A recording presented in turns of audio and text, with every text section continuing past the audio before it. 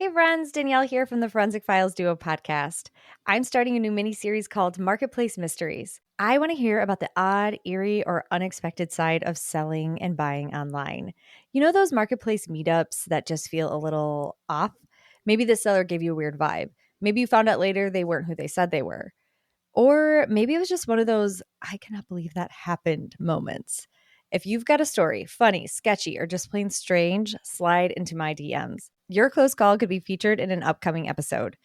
It doesn't have to be scary, just mysterious. Let's dig into the strange side of Marketplace together. Cute. All right, Drew, how is working on burlesque on the West End?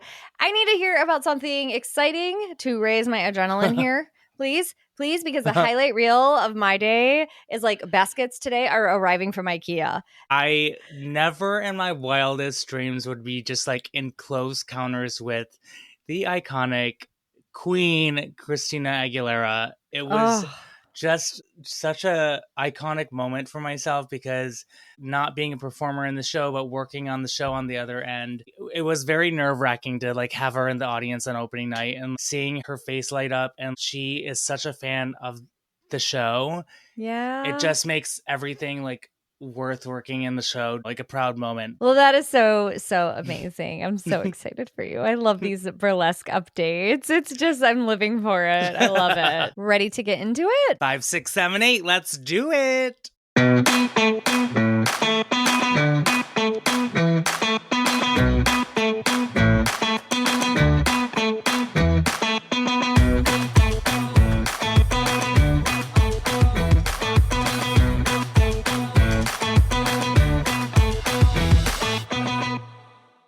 Welcome to the Forensic Files Duo podcast, where we recap, review, and provide updates on the cases featured on the true crime TV show Forensic Files. I'm Drew, and I know nothing about true crime until we started this podcast. And I'm Danielle, and true crime raised me.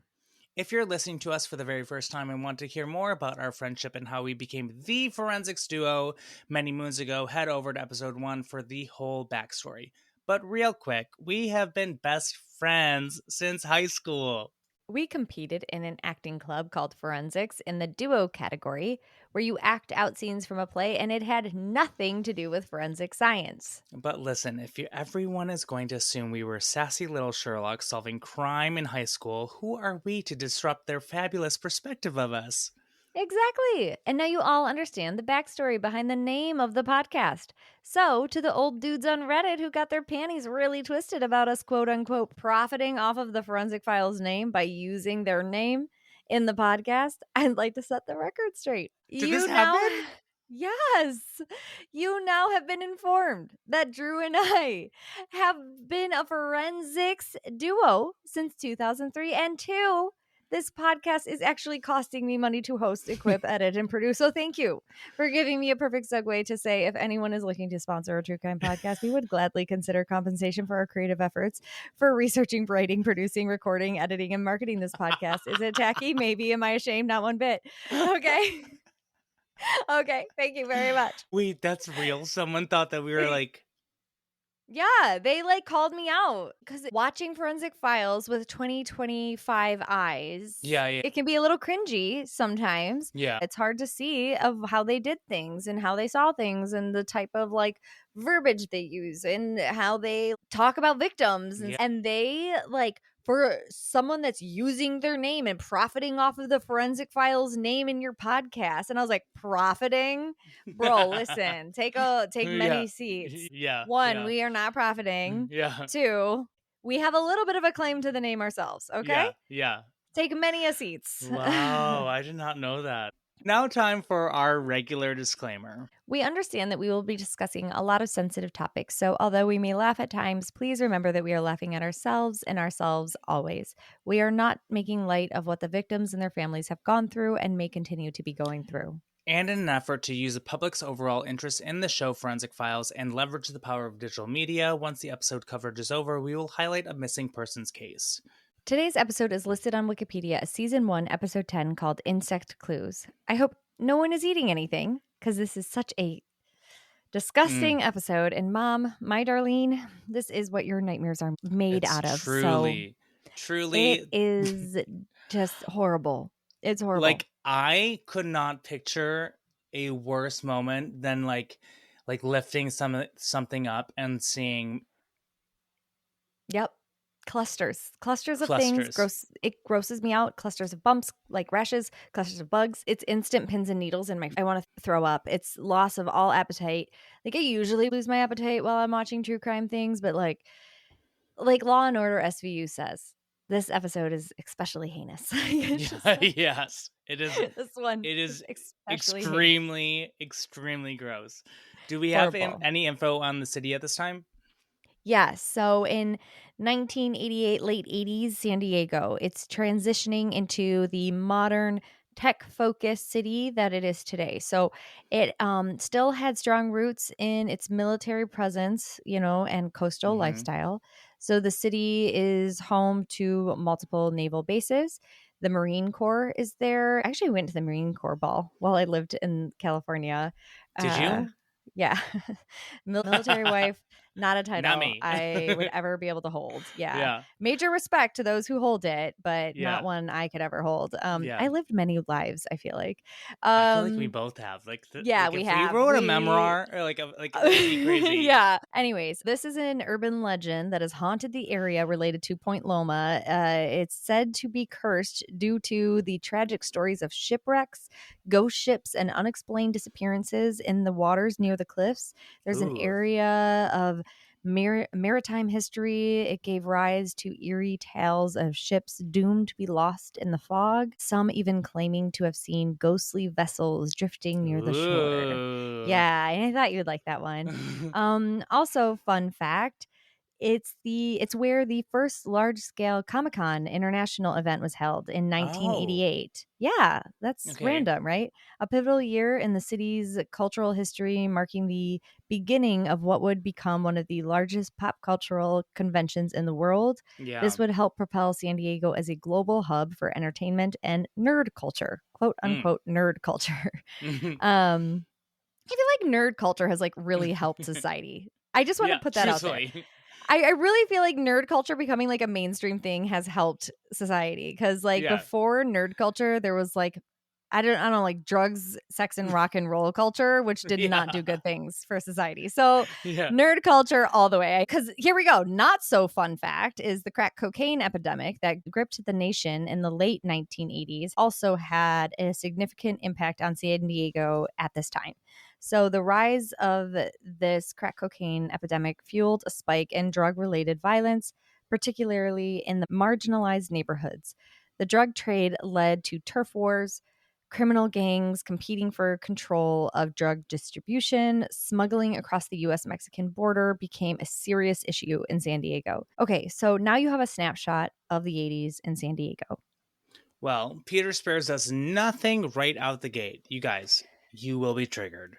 Just take your Xanax, come numb to this one if you're going to join us at all.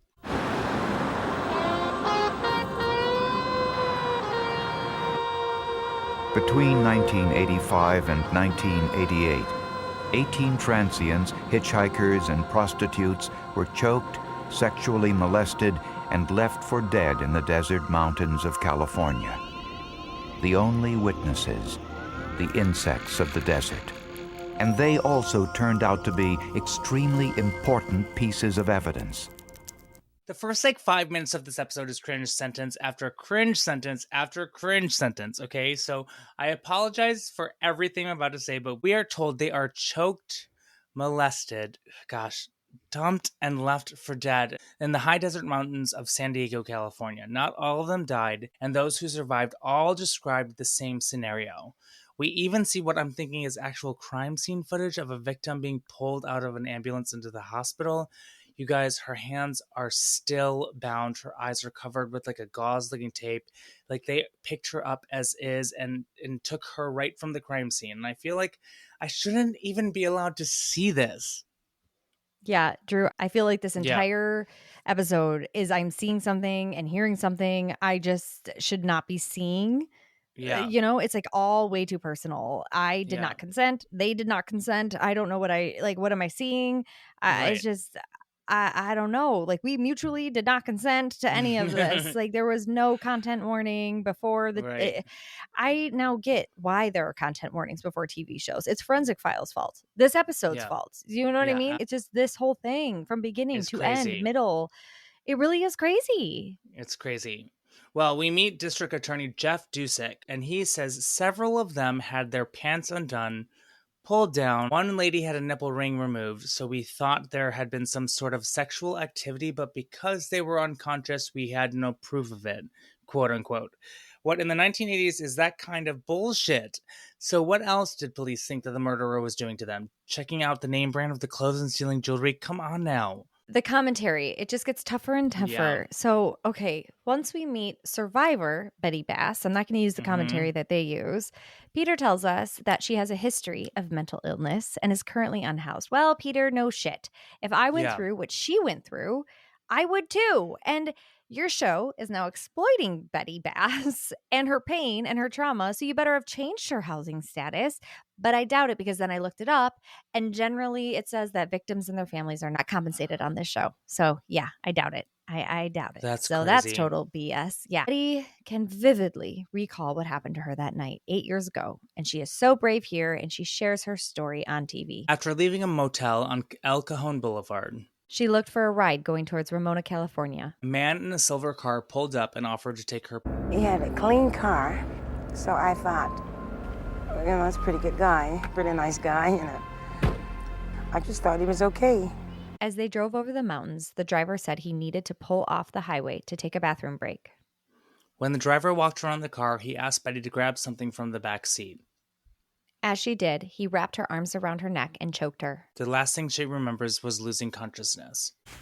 So I walked and I walked and I walked. Well, I finally crawled over this fence. I crawled to the other side of the street. Some family came by and put me in their motorhome and aid me up a little bit, and then they took me to the hospital. When she woke up, she walked up this hill looking for help. We see the scene of the attack in the dirt, the car tracks, and then you could see actual footprints. I forgot to mention that we're in season 1 and it's full color, and this is a lot of footage for season 1. Like, this is a ton of video evidence in real time for this case. I mean, this is less reenactments and more actual footage of the step-by-step case, as if the investigators are taking us along with them. Almost maybe a little bit too much, but we then see that they found her clothing, shoe, and tire prints, and also recovered 2 Marlboro cigarette butts. Also on Betty Bass's shirt, detectives notice tiny red carpet fiber. This feels like classic Forensic Files evidence. Like, when I think Forensic Files, I think carpet fibers. Yeah. I actually rarely think DNA, like human DNA, saliva and stuff, which is probably weird for people to hear, because I just think that's like a testament to when I first watched Forensic Files. And it's because it's like really early episodes that I got introduced to. So police thought Betty's attack sounded identical to these other cases in the area just 1 month earlier. 2 young girls were hitchhiking together at a restaurant near the interstate highway. And we almost made it without black and white reenactments. Almost. But we see a very creepy silver compact automobile pull up, and a middle-aged man offers them a ride. Where are you girls gone? We're heading to Tucson. Take you as far as El Centro. Sounds great. Hop in. Then Peter. It was a ride they'll never forget.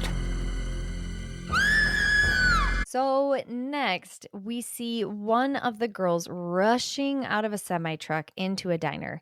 It's a chaotic reenactment. It doesn't feel like we're like 1 month earlier. It honestly feels like we're 20 years earlier. But to make it easier to understand for those just listening, it seems like she got a ride from another truck driver. All of a sudden, we're just like shot into this whole new scene. She runs into a nearby diner that he dropped her off at, like just like a Good Samaritan or something. And these people are not moving, like these extras that must be in the scene. Like, they are not moving. They look like these animatronic cowboys that are about to like sing a blues songs, like I don't even know. They're not moving at all. Yeah. And she runs to a payphone to call 911. And for anyone that doesn't know, gather around, youngins, like gather around. It's a public landline phone that you had to pay to use. And she says that her friend was strangled by a man that picked them up while hitchhiking. She thinks her friend is dead, but she got away and she has no idea who this man is. Her friend, though, who that she thought was dead, was later found in the desert, frightened but still alive. The victims all provided a similar description of their attacker. Jeff, the DA, is back and tells us that the attacker is about early 40s, short hair, blondish grayish color, and has glasses. That's how they all described him. But then he says, obviously, these were people who are going to take rides from anyone. Watch your mouth, Jeffrey. In the next line, he says, many of them told us they felt comfortable getting in the car with him, which means that they've scanned the situation and they looked for signs of danger, which means they wouldn't just get in the car with anyone. He fooled them, and he is a wolf in sheep's clothing. Stop putting any blame on them. Stop that right now. And it's just like, hey, Forensic Files. Like, you can still edit that line out in post. Yeah. That's still an option for you. You know what I mean? Like, it's still an option. And a lot of these choices are available to you. Like blurring. Blurring is an option. It's still an editing option. And it's something we should discuss for this episode. You know, we could discuss that later on. Yeah. Later on. Content warnings too. Like, message me, girl. My DMs are open. Well, there were other similarities with all of these attacks. Criminal investigator Roger Bowen is here in all his huge 90s glasses glory to tell us that the things he said to these women, it was almost like he had a script. I can only take you miles. I'm only going to El Centro. The type of people he was victimizing were the vulnerable people in society. Some people who were having mental problems, drug addicts, street people, hitchhikers. Oh my gosh, we're only 5 minutes in. Okay, let's pick it up because this is when things just take a turn for the worse. Okay. You should be so grateful at this point that this is not a visual format. At this point in the investigation, police had a description of the suspect, some tire tracks, and shoe print evidence, but little else. Suddenly, we jump to San Diego's El Cajon Boulevard, and Peter tells us it's where prostitutes, runaways, and transients have congregated for years. Apparently, the reason is because of its location. It's close to a highway entrance ramp, which makes it convenient for hitchhikers looking for a ride. Because of that, it was here where many of the victims were picked up. After that very random shot of the boulevard, Jeff the DA tells us very bluntly that we have a series of live victims and we also have dead victims who we think are part of the pattern. Common footprints. Common tire tracks. Same type of victims. Same picked up spot. Same disposal spot. And detectives were called to Sheep's Head Mountain on July 21st. They feared another in the series of these cases. This time, the victim was dead and nude from the waist down. Y'all, these photos are just crazy. And honestly, what's crazy is that this is season 1 and that they showed these photos. In my opinion. I know. It was wild. I know. This is the worst true crime show footage I have ever seen. Yeah. Ever. I keep waiting for it to stop. Like, I thought something was wrong with my computer, with my TV. I can't even look at it. Like, I'm not using hyperbole and I'm not trying to exaggerate. I'm genuinely trying to convey how horrible it is. I have no idea how this got aired on television. I'm actually shocked YouTube hasn't flagged it. Yes. Yeah, I thought the same. I've never seen a dead body look like this before. Yeah. I don't know how it's still up. And not flagged. I don't and not flagged or blurred or what? Like, I don't understand how social media hasn't even. I'm so confused. I'm seeing this, right? Like this. But they'll flag like a song that's like tagged to your post of Beyonce. That's what I mean. I got my audio that has some royalty-free music. I got it completely wiped off of a real estate video. They removed all of my audio. But yet this video is living free on YouTube with a whole dead body on it. It's crazy. I mean, YouTube, pick your battles. Yeah. What? Yeah. I'm just so sad for her and her loved ones. Like, what? This is insane. This is insane. Anyways. Criminal investigator Roger Bowen is back, and he says she was found lying on the road here. Yeah, we see, Roger. We see. Wish we didn't, but we do. But Peter also tells us that the victim has been dead for quite some time. They say her skin was brown and blistered from the sun, but it's not brown. It's like tar color, like an unnatural deep purple that isn't right for her skin. Okay, and now I'll help take over here. So they go on telling us and like showing us and zooming in on her legs and feet, narrating how they were covered with blood and how it appeared that the victim was alive before falling into the ditch. So, because impressions of her arms flailing were found in the dirt, detectives also notice a blood trail and her bare footprints leading almost a mile up the mountain. At the top of the mountain, detectives found a pair of shoes, some clothing, 2 sets of footprints, and signs of a struggle. The footprints led detectives to a parking area where they noticed a tire track. It looked as if a car had turned around before leaving the scene. The victim's bare footprints led from the clearing into the brush. So Roger believes that she somehow gets herself out of this area and then comes back up and then finds her way down the main road. But I do want to ask a question. How do you know if like someone was like flailing their like a sign of struggle in dirt? Do you know what I mean? Yeah, probably the dirt. So the blood dries like mud, right? Right. So the blood, the DNA, and the impressions made. So the mud is going to leave the trail. So think of it like we've seen like the blood splatter analysis. Yeah. Same kind of concept. Okay. Well, this part is so gross. They show up close photo of her face and mouth and a ton of hundreds of live worm-like creatures that they found on the body. Ugh. They're maggots, right? Like, yeah, they're maggots. Well, they were carefully collected and preserved and then taken to the forensics lab for analysis. The autopsy reveals that the victim had probably been choked, but strangulation wasn't the cause of death. We then meet Dr. Jen Eisel, who tells us that the cause of death was actually a laceration of the vagina and the blood loss from the laceration. I still don't understand this part. What do you mean? Like laceration. So what is that? So like... That's a cut. Okay. What do you mean? Like he cut her vagina? Yeah. Ugh. Yeah, she got cut like while she was being attacked and raped. Oh my God. At the end, they talk about how they think he like raped her with his hand. I'm going to see my therapist tomorrow.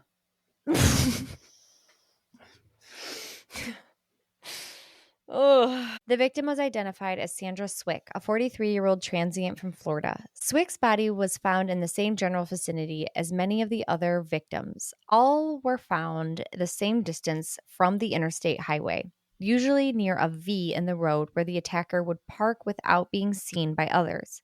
So detectives still didn't have a suspect. But 3 months after Cwik's murder, detectives got an unexpected break. While patrolling in the mountains, Sheriff's Deputy Larry Daly noticed a car driving out of a deserted side.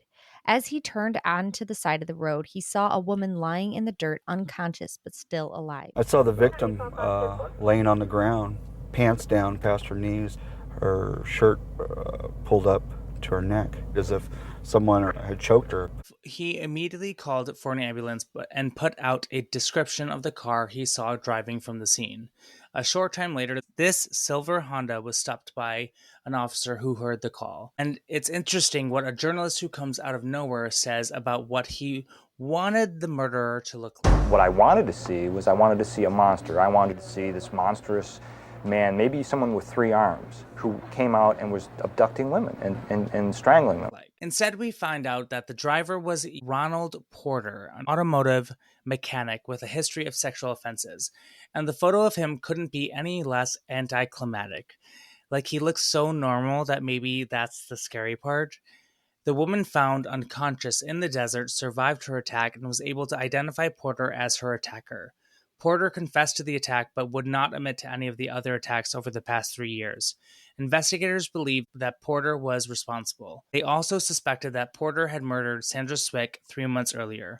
So to find out if all these crimes were the work of one individual, San Diego authorities sought help from the FBI and their unit, which specializes in studying serial murders. Ooh, I love me some FBI profiling. Special Agent Larry Ankrum enters the chat. Okay, so here is his breakdown of the probabilities favoring it being one offender. He chose to abduct the same type of victims. He chose to bring them to the same type of location. He chose to do the same types of acts with them. He invested lots of time and effort into finding these remote locations. He's making an assessment before he asks if she needs a ride.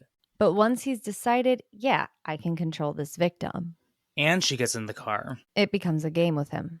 A game to get her to where he wants her to go. It should be noted that FBI profiling is not an exact science and it should be viewed as a tool to aid investigations rather than a definitive solution. I just want to throw that disclaimer out there. Totally.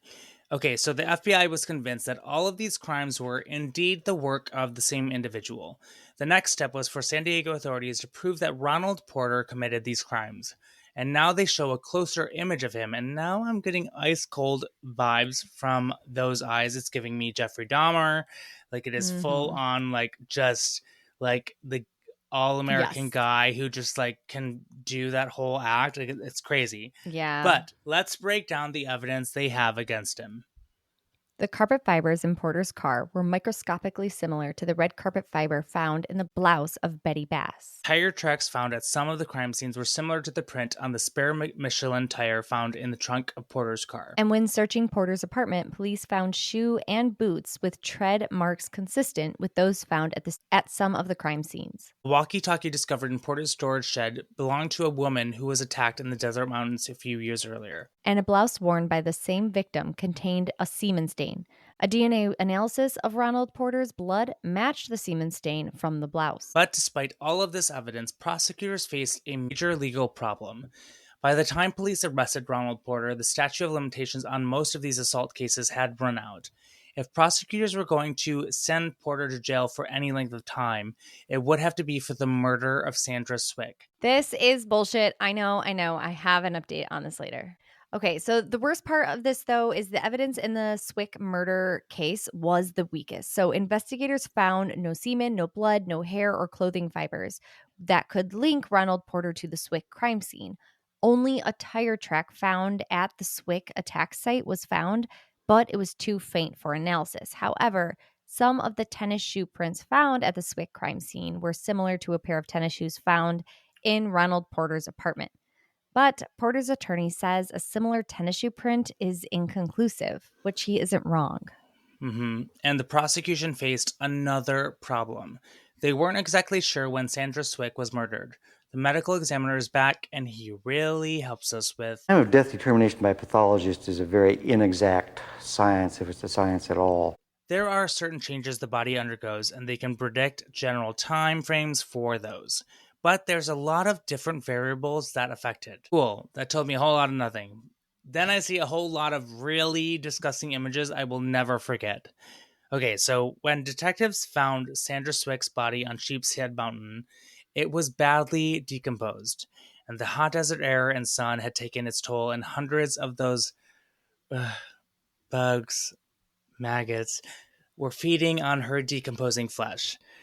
Detectives collected them and sent them to the laboratory of David Faulkner. He's a forensics entomologist, an expert on insect activity on dead bodies. Okay, can you imagine, in 2025, going on a date, a first date, with someone who's trying to describe themselves, and this is their career title? Can we just reenact this for a second? Oh my gosh. Okay. Let's do it. Let's try it. Okay. Hi, so nice to meet you. My name's David. Oh, thank God. You look just like your photos. I've been catfished before, so it's so refreshing to see someone that actually looks totally. like your pictures. So it says on your profile that you work with bugs. Yeah, I do. That's so nerdy and like cute. I love it. Thanks. So like, what does it mean by that? Like you talk about bugs and the environment and like study them? No. I'm an entomologist, which specifically works with bugs with dead bodies. Oh my gosh. You know what? I am getting a call. Oh, it is my apartment building. You know what? It's burning down. Oh. I Okay. am so sorry, David. I have to leave. Nice to meet you.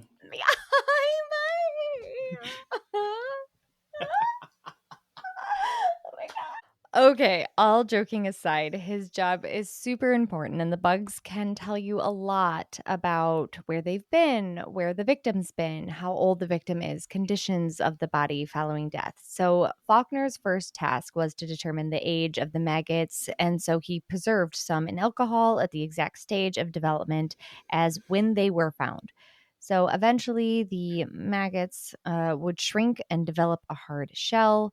This is like way too much to know about maggots that I ever really truly wanted to know in my life. But okay. And so then a week later, they emerge as a winged adult. Once Faulkner had an adult, he could compare it to the hundreds of different flies which inhabit the California desert where Cwik's body was found, which is crazy. When they pulled out that whole thing, I was like, how does one even determine that there's this many flies in the world? I know. That was crazy for me.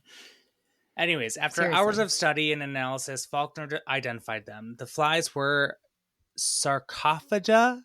I think it's that. Listen, sarcophaga. That's good. Sarcophaga. No one came here to learn about flies. The flies were sarcophaga. If you came here to learn about flies, that's not... Find a different podcast. Find a different podcast. I did not claim to be teaching you about flies. So the flies were sarcophaga, also known as flesh flies. This particular group of flies fly in very bad weather. So if it's foggy or rainy or overcast, they'll be active, which is crazy because I look at my weather forecast every day. But like, it's good to know flies are so on top of their thing, and they'll be searching out a potential host. Whereas other flies will probably settle and wait until the sun comes out or until it gets warmer. Once Faulkner knew that they were sarcophaga, he could study the exact time frame of their life cycle. The preserved specimens were in their third or final stage of larval development. Then you go backward and say, okay, this was the temperature regimen at this time. This is actually how long this particular insect takes to develop to the stage. Therefore, that body was available to these insects for this amount of time. Usually that indicates how long a person's been dead. In normal weather conditions, it takes a week for the baby... In normal weather conditions, it takes a week for the baby maggots to develop in their third stage, but the weather conditions in the desert are far from normal. I feel like I'm having to talk like so happy about this because I feel like I'm going to throw up. I know, I feel so nauseous. I am so sorry. I really did not want to talk about any of that. So thank you for... And we keep saying Sandra Cwik, and I keep thinking of Sandra Bullock, and that's what's getting me through the episode. And Sandra Bullock we trust. Yeah, and Sandra Bullock we trust. During the week, Sandra Cwik's body was discovered. The daytime temperatures averaged 92 degrees. In 92-degree weather, it would take only 3.5 days for the freshly laid maggots to develop to their third and final stage. And Faulkner was able to tell investigators something else. These flies never deposit, oh my God, their maggots in the dark. They only do so in daylight. This meant, you guys, this is not why I started a true crime podcast. This is not what I thought I was going to be talking about. Okay, so this meant that she was still alive when the sun set on Sunday evening, July 17th. But she was then dead by daybreak on Monday morning, July 18th. At the first sign of light, these flesh flies were attracted to the chemical scent of her decomposing flesh and immediately laid their maggots. Oh, that's so gross. Maggots would not have been as developed if she had been alive longer. So if she had been alive Monday evening, there's no way that these flies under those temperature conditions could have developed to that stage. So it was thanks to Faulkner's conclusions that police had a scientific time frame for Cwik's murder. Okay, did everybody get that? Because I am not repeating it. No, I think we got it. I refuse. Porter worked as a mechanic at an automotive chain store. When his timesheets were subpoenaed, of course, he was not at work on July 17th. Porter provided no alibi regarding his whereabouts on that day. He had a time period where he was available to drive from the north part of the county down to pick up Sandra Cwik and take her to East County. Peter then tells us, based on the insect clues and the similarities between the Cwik murder and the other cases, Ronald Porter was charged in the murder of Sandra Cwik. Prosecutors believe Ronald Porter picked up Cwik as she hitchhiked somewhere near an entrance ramp to the interstate. As the car traveled east into the mountains, Porter pulled off the main highway and onto a dark, deserted road. He may have used some excuse, as he did in other cases, possibly the need to take a bathroom break. As he walked around the back of the car, he surprised Cwik from behind, grabbing her around the neck in a military-type chokehold.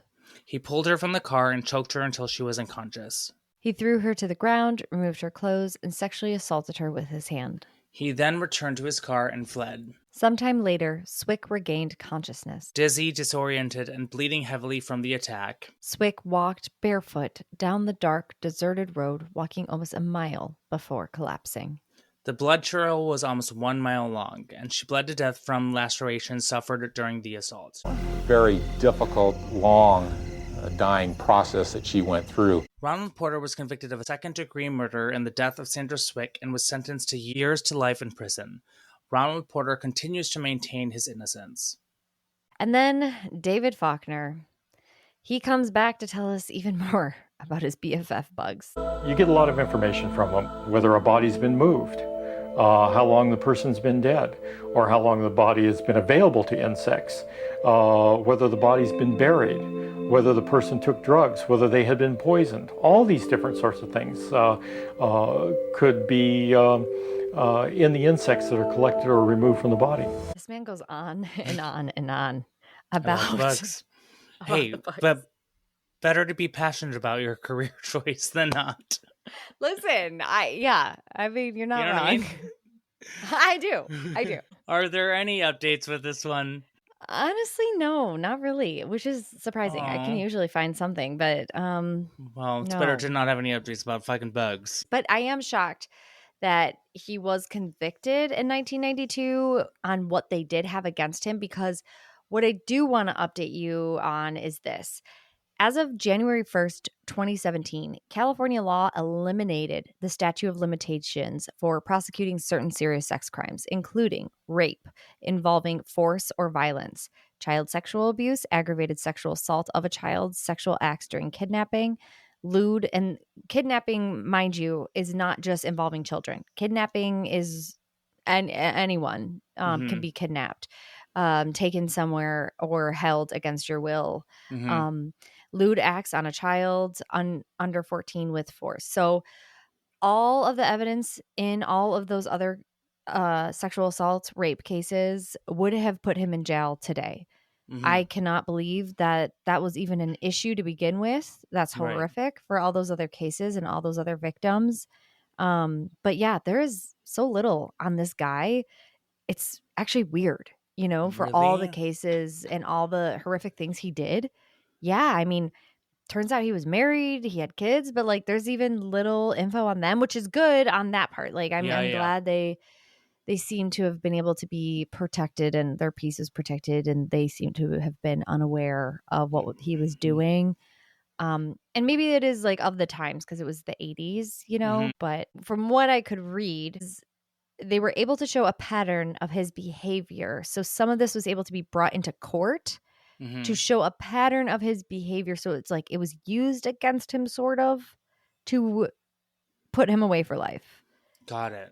So it's like it was, but wasn't used I'm against just him. like so intrigued to know that like if there have been any other cases that have been tried in court with bugs.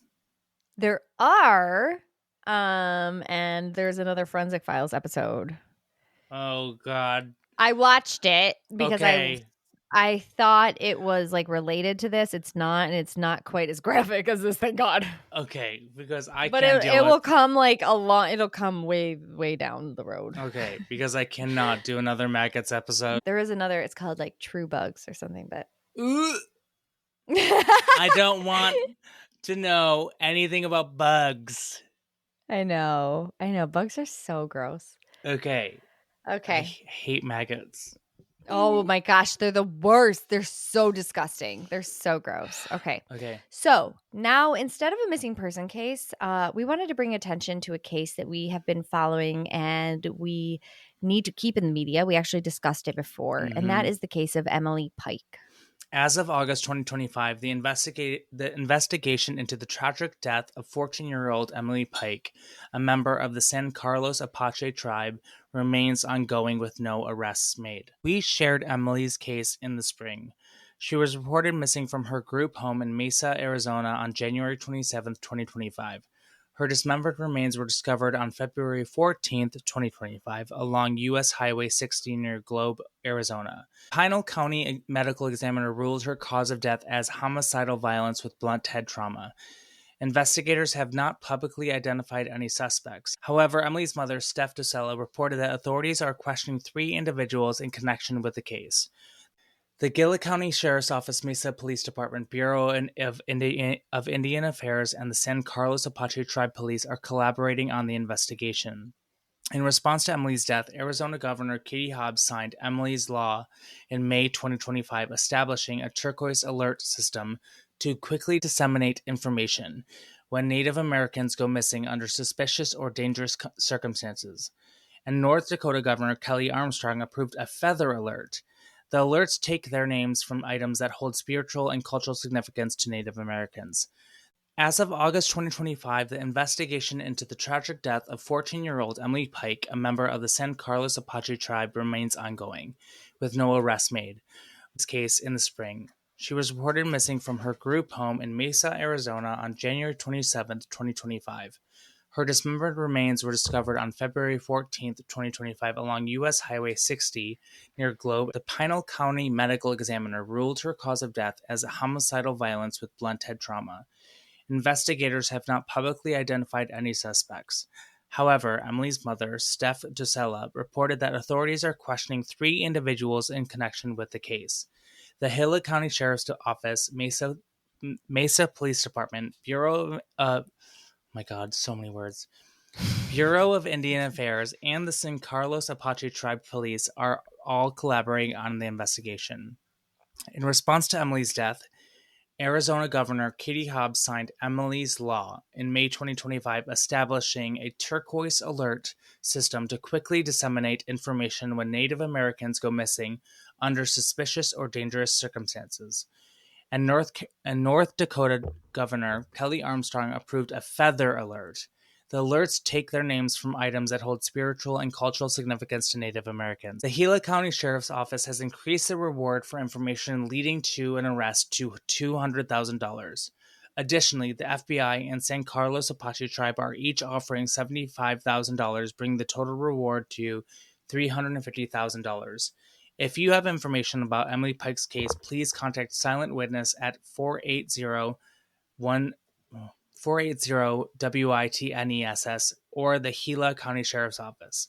Emily's case reveals significant flaws in how missing Indigenous persons are treated, both by the authorities and by the systems that should be protecting them.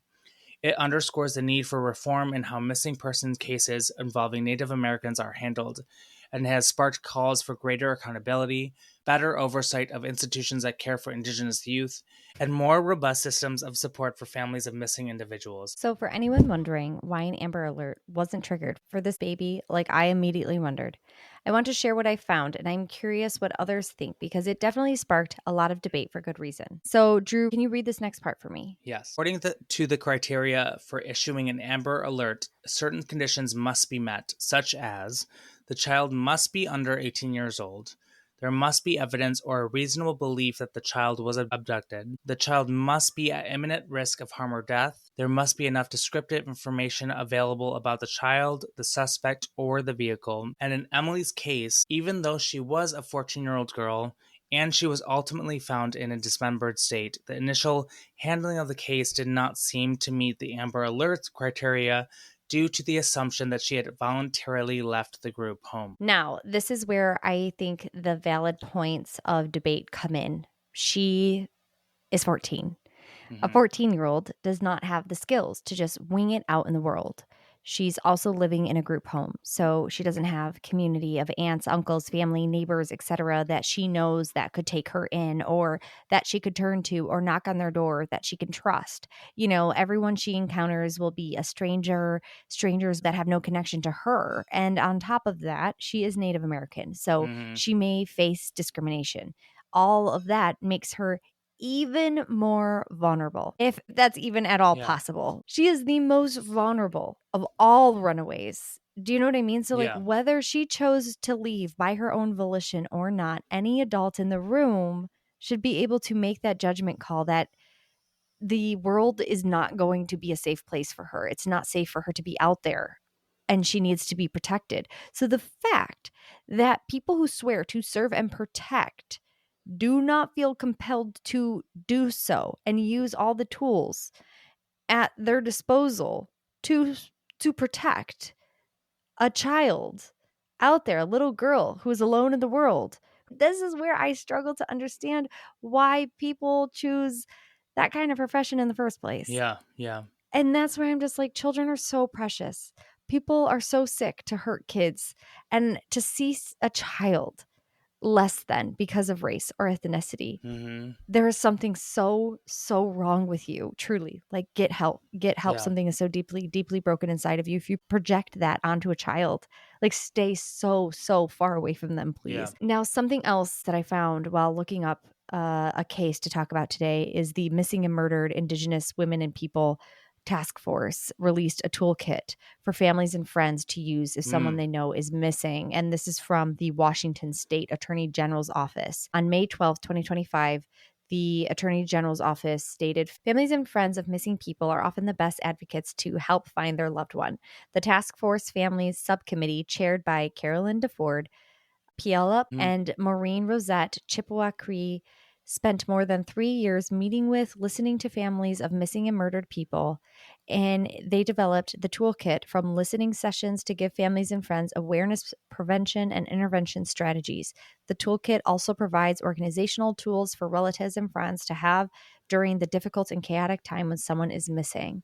Now, I know this toolkit is specific to Washington State, but if I've learned anything over the years of just like absorbing this content, like podcasts and books from law enforcement and people that work in the legal system and whatnot, they all say document, like take stuff that enforcement officials and legal representatives use and put together, use this stuff. So any toolkit that any state has put together, that's like, that word again, precedence, right?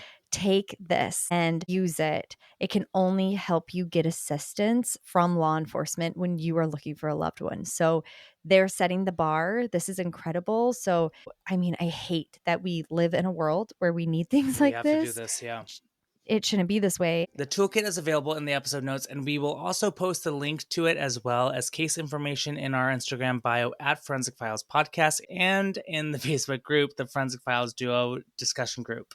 Thank you. Thank you so much. I hope all these resources help someone someday. Okay, so we are going to hold back on sharing our next episode because we may or we may not be going forward with our regular programming. It all depends on our schedules. If you like our podcast, please help us spread the word. Share on social media, share on Reddit, share everywhere, and drop a review to tell us what you think. Until the next one. Bye.